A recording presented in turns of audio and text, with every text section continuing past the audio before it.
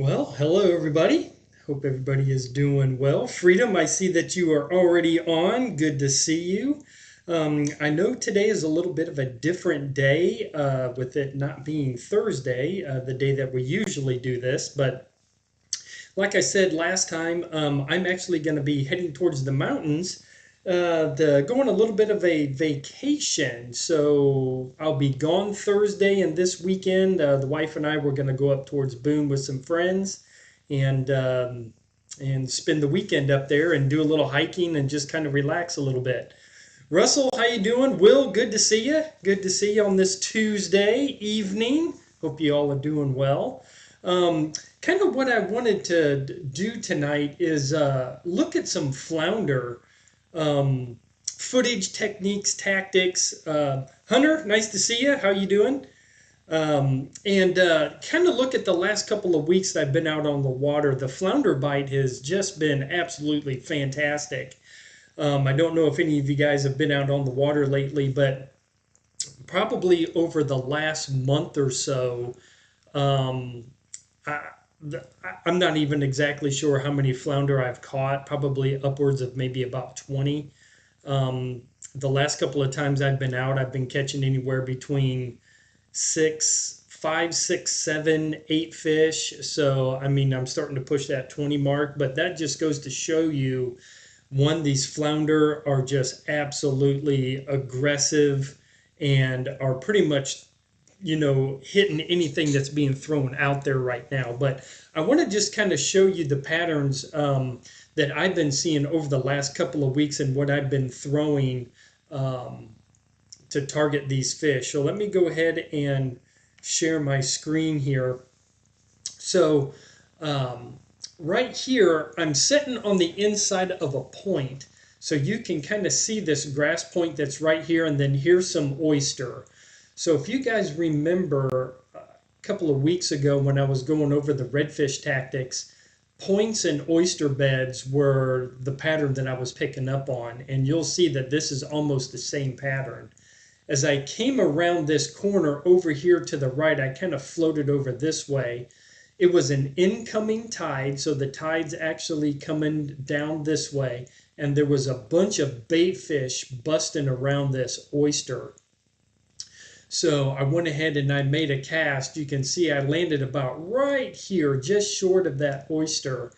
And I was just kind of popping that little paddle tail. This was actually the Jelly Baits electric shiner, I believe was the color.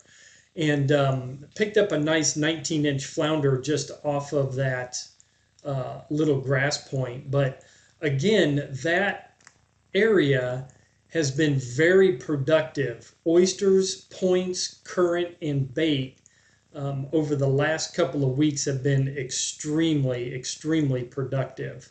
So guys, if you can get out and you can locate those areas, you guys will have success. That's where these fish have really been staging up. Flounder, redfish, and I actually picked up some trout also.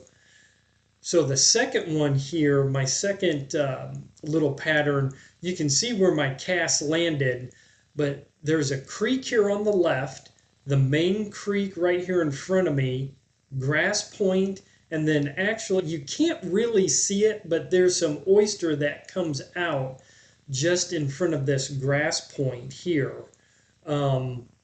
So as I kind of push through here, you can see I'm just on the other side of this oyster right here.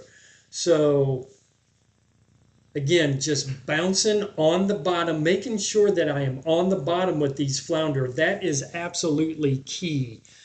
The bait that I was using on this day was a 5-inch diesel minnow Z on a 1/4 ounce redfish eye. Now the redfish eye is a little bit different than the trout eye. It has a longer hook shank on it, and with the bigger bait profile, I want that longer hook shank to be further back in that bait. So the hookups are a little bit better with that. This one was almost 16. I couldn't quite stretch him to 16. He was 15 3/4, but that's a decent flounder coming off of there. Um, Captain Bob joined us. Captain Bob, great to see you in here. To hit us on the third scenario here, I want to kind of stop right here. So right over here on the left, this again was another creek mouth. The tide was actually falling out, so the current and everything is coming towards us right now. And if you can kind of see right along this grass line, this little light color, this is going around some oyster that's right up against the grass. So that's why I wanted to kind of stop and point that out real quick. Now my cast landed almost right on the oyster, and this fish absolutely thumped it, and he hit it hard. He drugged me around. But again, that pattern has been holding grass lines. I was close enough to a creek right next to some oyster where all this bait is hanging out. And I'm seeing a lot of menhaden right now. The creeks are absolutely full of menhaden. So that it actually ended up being a 20.5-inch flounder right there. So again, another great fish, but again, the patterns are the same. Oyster, bait, and points and creek mouths have absolutely been the pattern probably this last month. And the last couple of times that I have been out, that's all I've been targeting. When I went out on, see, it was Saturday, last Saturday before Father's Day, that's pretty much all I targeted. I found the creek mouths and I picked up fish. I found larger oyster bars and pitched around there and picked up fish, and some creek mouths and picked up fish. So guys, if you can locate these areas, target them, and find these patterns, you guys will be on the fish. Again, have enough weight to be on the bottom. I don't know if you can see my depth finder right here, but I'm only in about 3 feet of water here, and this was a 3/16 ounce, so that's plenty. There wasn't any current. I'm almost in like an eddy area, even though this is a larger kind of creek going off to the left here. There wasn't a whole lot of current. It was actually sweeping around this point, so I was actually just kind of sitting there. I wasn't anchored or anything. And you can see when I caught that fish, I didn't even really hardly move because I was sitting in that nice little calm area, that little pocket. So guys, if you have any questions, go ahead and throw them into the chat box. I've got them up there. Let me see. Freedom. I saw a 20-plus-inch flounder on a goldfinch Saturday. Couldn't get him. I don't know exactly what that is. If you can clarify that, Freedom, let me know. Everett, you made it. Good to see you. Captain Bob, do you throw many 3/8 ounce heads for flatties? You know, only in really deep water I will go up to a 3/8 of an ounce. Usually anything over probably 10 feet, I'll get up into that 3/8, and then like that 15, 20 feet, you know, that half ounce or maybe even 3/4. But no, I usually don't throw 3/8 inside of Merle's Inlet. Those creeks aren't that deep. 1/4 ounce is the heaviest that I will do. Now, if there is a ripping current in an area, yes, I'll probably use a 3/8 of an ounce because that weight will fight through that current and get onto the bottom. But if you can see in my last couple of fish here, I was fishing on the calmer, eddier side of the oyster bars, so I wasn't actually throwing into the current. So hopefully I answered your question there, Captain Bob.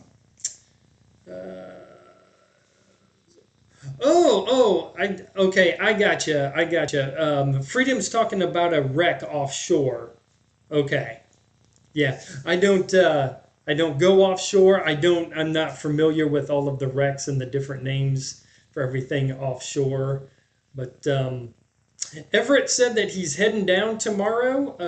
I don't think I have seen you throw a spinner bait. Yeah, no, for redfish. No, matter of fact, I have not thrown a spinner bait for redfish. I actually just bought two redfish magic spinner baits that I have in the shop right now that probably not this weekend, but next weekend, if the weather holds out, I plan on heading down to Charleston and putting those spinner baits to work. So, yeah, I will be throwing some spinner baits for some reds. You know, the guys down in Charleston, they love them, especially with that murkier water. Excuse me. They like that extra flash.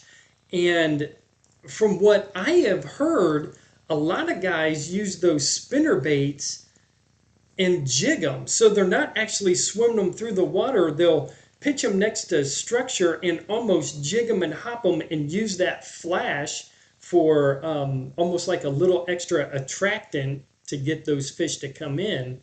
Like I said, especially in that murkier water. So, but yes, I have not thrown spinner baits.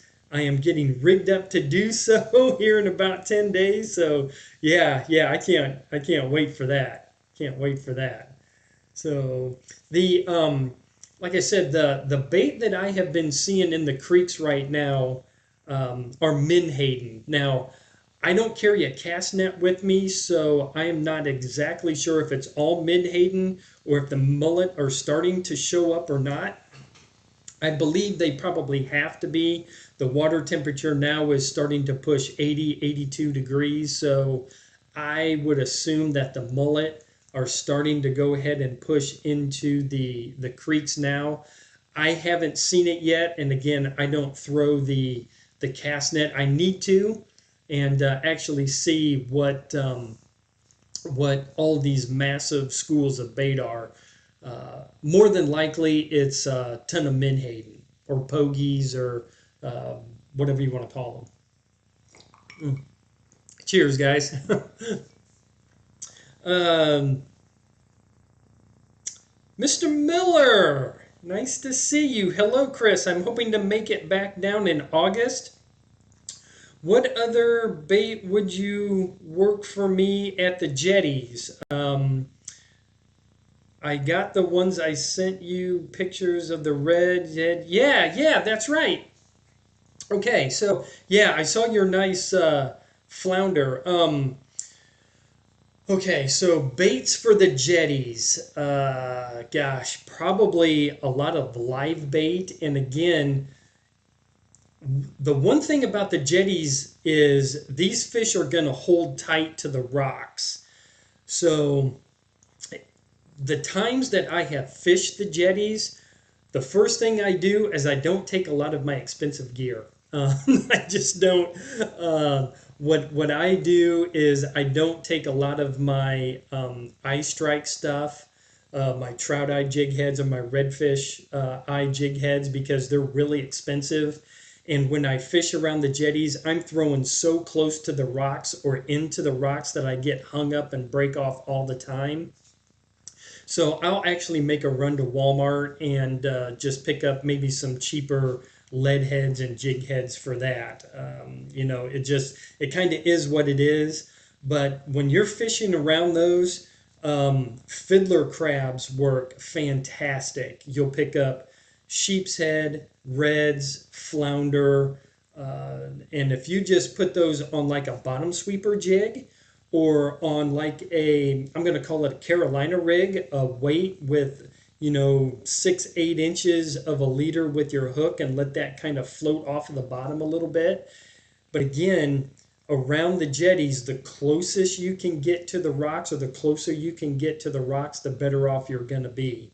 Some guys also will float a popping cork across the jetties. You'll have to work with your leader depth, but you can also do a popping cork across the jetties. You can put a mud minnow underneath there. You can try a voodoo shrimp or even some kind of a paddle tail if you want to do that. Load it up with some kind of a scent. so that you get that extra pulse for some fish using the scent. So yeah, you can pretty much throw whatever you want around the jetties. If I was gonna go there tomorrow, I would probably stop at one of the local bait shops and pick up some fiddler crabs. I know that Inlet Rocks right now, Ronald Stalvey has thousands of fiddler crabs. Sheep's head fishing is starting to turn on right now, and I know that he wanted to get stocked up. So, go to Perry's, go to Inlet Rocks, and if I was going there, that's probably what I would throw. Um, Everett said, done that and have caught a 24-inch flounder doing it. Fantastic, man. Fantastic. Captain Bob, rolling back to the spinner baits, he said, yeah, slow roll a Colorado blades. Yeah, absolutely. Yep. So, yeah, I'm actually really looking forward to going down there. Will, good to see you, buddy. Was at the jetties last weekend and made the mistake of casting 30 to 40 feet away from the rocks, caught nothing but sharks. Yep, yep, the sharks are out there right now. Yeah, they are following all the bait just like everything else. Stick close to those rocks. If you're not getting hung up, then you're not where the fish are. That's kind of the rule of thumb. You've probably heard that said multiple times, but yeah, you pretty much, I know the guys when they anchor up their boats, they are throwing right into those rocks. So, yep. So hope that but the thing about it, Will, if you never went and did that, you wouldn't have learned something. So now that you know, I'm sure that even if you wouldn't have jumped on here, you would have the next time you would have went out there, you would have said, "Hey, listen, I never caught anything that far out. I'm going to bring it in." You adapt, you adjust, and that's what time on the water does. Really, all of these techniques and everything that I show you guys, it's all time on the water. When it's 6 or 7 hours on the water and you finally are picking up patterns, it's almost like baseball. You're going to make more outs than you get hits. You're going to cast a hell of a lot more than you're going to catch fish. And if you just keep your eyes open and pick up the little subtleties, that's all it is. The bait busting, look along those grass lines, and if you see the bait kind of spray out of the water, throw over there. Something is making that bait come out of the water. It is worth taking the time, going over there, making a couple of casts, and seeing what's working those bait fish. So yeah, keep those questions coming, guys. Keep them coming. Um, so really, pretty much the only thing I have been fishing with the last couple of weeks have been paddle tails.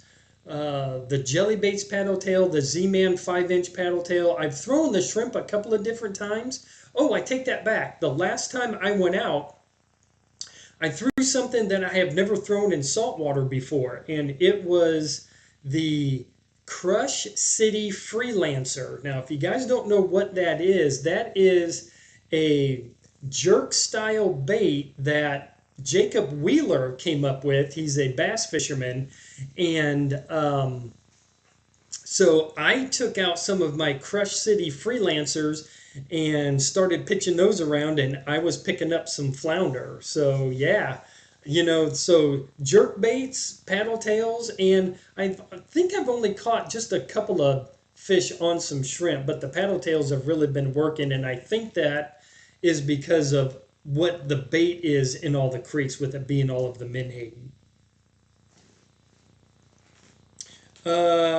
Captain Bob, 14-pound braid main line. No, my main line is 10-pound braid. It is the Daiwa J braid, and it's 10-pound, and I do that for casting distance. And really, I don't think I've had I'm trying to think now, like, boy, you got my mind thinking here. Yeah, I've never broke off anything with the 10 pound. 10 pound is enough to pull in, a 25, 26-inch redfish. Matter of fact, a couple of weeks ago, I pulled in a 25-inch redfish on 10-pound braid. So I don't have any problems with the 10 pound. And again, the lighter the braid, uh, the further I can cast my lures. I don't think I would go any lighter than 10 pound. I have heard of some guys using 8 and having some braid failures when they're out there. 10 pound for me seems to be a sweet spot. A lot of guys use 15. And I even know some guys who have bait casters that will use 20 pound. So yeah, so spinning gear, I wouldn't go any more than probably 15-pound braid with a 4 foot leader section, some mono or fluoro, whichever you guys prefer. So I use mono. Um, I know that I probably said it before, but I'm a little bit of a cheapskate. Mono works just fine for me. But I do think Captain Bob has changed my mind. I think I'm going to pick up a spool of some fluoro and start putting that on and kind of do a little bit of a comparison and maybe fish out the rest of the year with some fluoro and just kind of see what the difference is. See if the abrasion resistance is a little bit better. Maybe my hookups will be a little bit better. I don't know, but yeah, I think Captain Bob has kind of talked me into dropping that little extra money and getting a spool of fluoro. So Everett,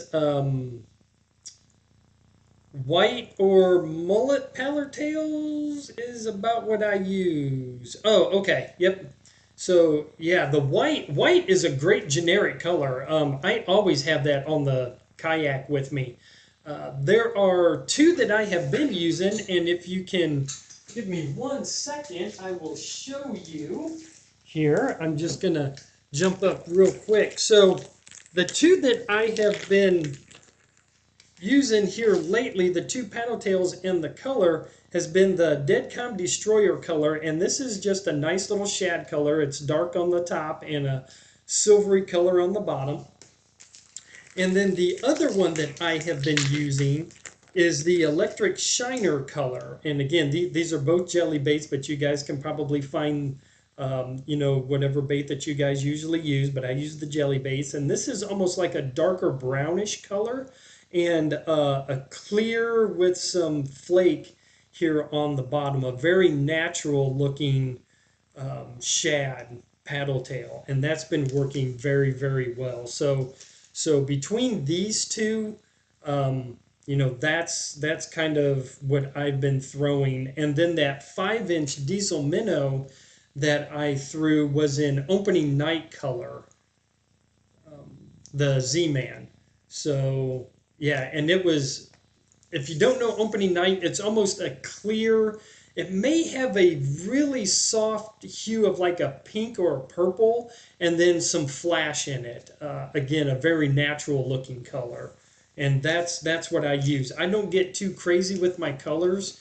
I have thrown the Electric Chicken color, which is like a pink and a chartreuse on the bottom, but I don't use a lot of like orange or real bright colors. I try to stay as natural as possible, and I use a lot of white, and if it's really stained or dark water, I'll get into the blacks and golds for that contrasting color.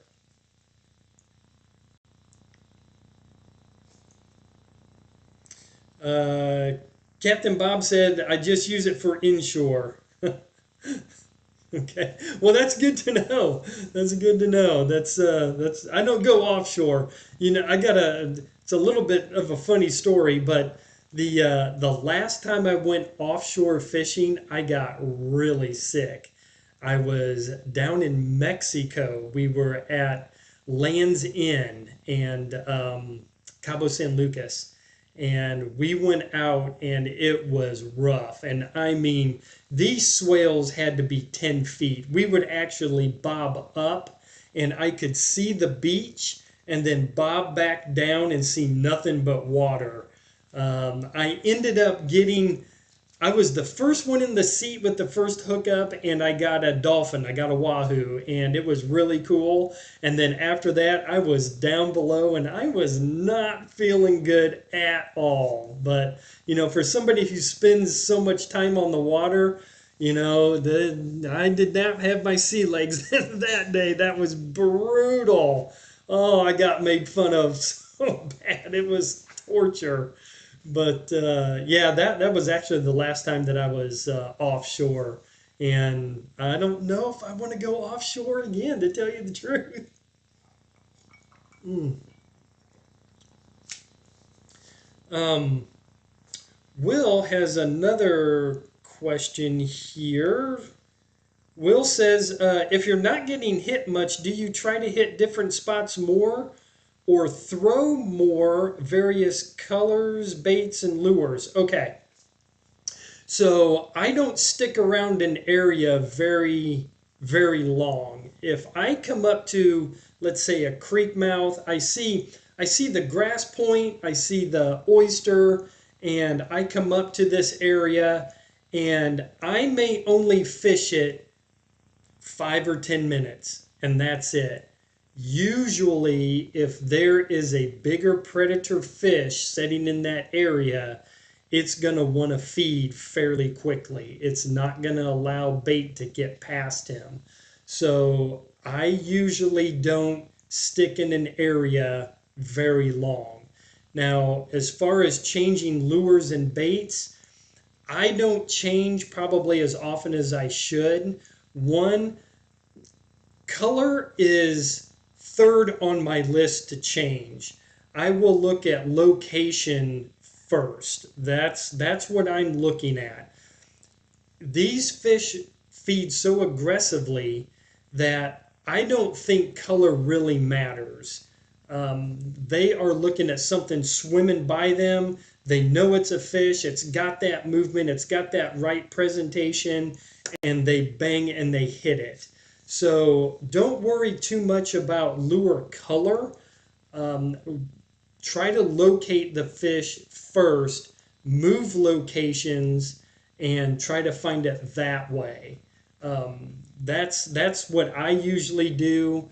I can't set in an area and not catch fish. I won't set at a point for 20 and 30 minutes without a bite. If I don't get some kind of a hit or a thump or something that tells me that is fish in the area, I'm up and I'm gone. I'm moving. There's way too much water out there to stick in one spot. So if you have a confidence lure or a confidence color that you throw that you really like again, like these two colors right now, I got a lot of confidence in. Even though those colors are pretty similar, I may switch from the dead calm to the electric shiner, just enough to give them maybe a little bit of a different look, or I'll throw a shrimp back over there if I'm throwing a paddle tail to give them that little bit of a different look. But again, I'm not staying in that area very long. 10 minutes, paddle tail, paddle tail, paddle tail, shrimp, shrimp, shrimp, paddle tail. And if they're not hitting it, I'm up and I'm gone. So, and I'm down the road to the next area. So, is water clarity getting cleaner in the inlet? Actually, yes, it is. The last couple of times that I have been in there, the water clarity has looked pretty good. On the outgoing tide, you're going to notice that the water clarity is a lot worse. It's going to be cloudier on an outgoing tide because it's pulling all of the mud and the sediment out of the flats and the creeks and that kind of stuff. And incoming tide, the water is going to be a lot cleaner. But yes, I have noticed that the water clarity is looking really good right now. I can probably see down an easy 3 or 4 feet. I'm seeing oyster bottoms, mud bottoms, but again, that's usually on an incoming tide. So yeah, but it's looking really good, and it's only going to get cleaner. During the summertime, Murrells Inlet will almost get like a Caribbean blue color. It is so clean. So yeah, and that's when I usually really stick to the natural looking colors and don't get any kind of freakish colors going out there with that nice clean water. Um, what, if anything, can when do you're getting short strikes with fish and biting tails off? Okay, so short strikes and fish. If the tails are getting bit off, those are going to be your pinfish, puffer fish. If you are out there fishing and you feel that bait, bang, bang, bang, bang, bang, bang, bang, bang, bang, like something is hitting the tail, hitting the tail, hitting the tail, those are going to be your robbers. Those are going to be your lizard fish, needlefish, puffer fish, pinfish. There's not a whole lot that you can do about it. The most durable bait out there, if you're going through baits, is Z-Man. Start throwing some Z-Man, and it won't. It'll take a lot longer for them to pull those tails off. But if you find those fish, puffer fish and pinfish, don't give up on that area too quickly, because that's what flounder, redfish, and trout are feeding on. So if you come up to an area that have those, nasty trash fish that you want to stay away from, make sure you go below them. A lot of those puffer fish and stuff will be in the middle of the water column. So if you maybe put a little bit heavier weight on and get it onto the bottom past those trash fish, you may pick up something, because flounder and redfish, they love pinfish. So even though they're annoying and you go through you go through baits. When I got back after my fishing trip on Saturday, I had a handful of carnage baits with the tails bitten off, and it's just something you got to work through. But try to get below those fish and on the bottom, and not in the middle of that water column. Or if you're targeting fish in the middle of that water column, like a trout, try throwing a miridine. Try throwing a hard bait and popping and working it through. And obviously, it doesn't have a paddle tail. It's not made of plastic. It's a harder bait. And you may pick up a trout, you may pick up a red. So, try switching up that too if you're targeting that kind of a fish. Everett, full moon, high tides,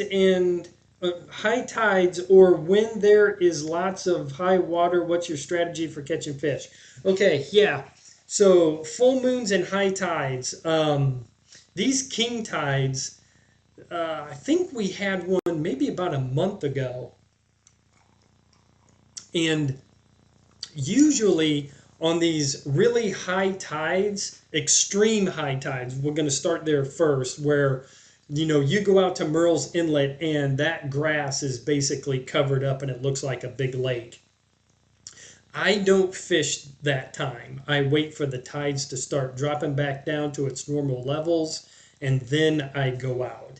If it's just a normal high tide, where maybe 4 or 5 feet of water have come in, high tide, it looks good, I will start in the flats or backs of creeks. The flats, like, in Murrells, like Weston Flats, right across from the Hot Fish Club, that's Weston Flats. Even at high tide, it's probably no more than about 4 feet deep. So that is a great place to start. Look for some reds and some trout in there. Now, there is a ton of oyster in Weston Flats. It's a oyster garden out there, so really be careful. But you can target around the grass lines and some of the creek mouths in Weston Flats and look for, those areas on high tides. And then in the backs of these creeks at high tide, and then as they start dumping out, then you can basically follow out of the creek to these creek mouths because that's where everything is going to get pulled out of. So that's my strategy for high tides. I don't like fishing high tides. It spreads everything out. I know people say, oh, yeah, they don't spread the fish out. Well, the fish can go pretty much anywhere they want. I've had some of these charter captains I was having a conversation with. Some of these guys will actually float into these grass areas that are usually flooded for redfish because those grass areas on normal tides will have fiddler crabs or little marine worms in there, and they will go in there where the redfish is in there, and so they'll target those areas too. But yeah, high tides, flats, backs of creek mouths, or excuse me, backs of creeks. That's where I go. So hang on, I'm trying to get caught back up here. Is fishing major and minors important to you? Captain Bob asked that. I'm just starting to get into that. I'm kind of studying up on majors and minors. And if you guys don't know what majors and minors are, it has to do with the moon phases. So, and again, I'm not real proficient at it. And please, if I make a mistake, somebody correct me. But when the moon rises and sets, that's the minors. So 6 hours after a minor, there's a major. And I think that's how it is. And usually those are supposed to be high feeding times for fish. Um, Captain Bob, correct me if I'm wrong or if I've got it backwards, but I'm just starting to look at those now. I'm keeping a little bit of a log and seeing when I'm catching fish and marking times, and then kind of coming back and looking at, was I in a major, gosh, excuse me, a major or a minor moon phase. So, I don't really know. Again, I'm just kind of starting to get into that part. Rob Olson, nice to see you. I'm sure getting tired of the wind seems like, oh, the wind. It's awful. Again, I think today the wind was like 18 miles an hour. It's just been, I don't know when the wind is supposed to calm down, but man, oh man, it has been absolutely brutal. The last couple of times I have been out, I've caught it where it's been really nice. So when I find those nice days and I'm checking my wind apps and it's saying 4 or 5, I'm not hesitating, man. I am going out. Um, so Captain Bob said majors last twice as long as minors, but both are active feeding times. Okay. Okay. Yeah, like I said, I'm just starting to uh, dive into it, and I'm trying to find like some articles and some things to study up and read up on it. There's not a whole lot out there on it. So, if anybody can direct me towards, some good articles or maybe some other fishing guides or captains or whoever who really know their stuff, or Captain Bob, if you want to go grab a beer and educate me on majors and minors, I am definitely open to that. So, yeah, anytime. Will said the wind is supposed to be double digits tomorrow by 9 a.m. Yeah, that's not good. That's not good. But all right, guys. Well, we actually went about 40 minutes. I'm gonna go ahead and kind of shut it down and close it out tonight. I really appreciate everybody jumping on here and a lot of great questions. So, guys, I hope I answered a lot of the questions that you guys had. We're going to do this again. Well, like I always do, let's pull out the phone and let's see when the next time we're going to do this. How about, you know what? The fishing has been so hot lately. How about if we do June 27th? How about next week, Thursday, June 27th? we'll do this again, and we'll just kind of jump back on here and talk a little bit more fishing. So, guys, I appreciate y'all. Will, good to see you. I'm glad you jumped on here. Captain Bob, Everett, guys, I really appreciate each and every one of you, and I'll see you guys next time. Have a great night, guys.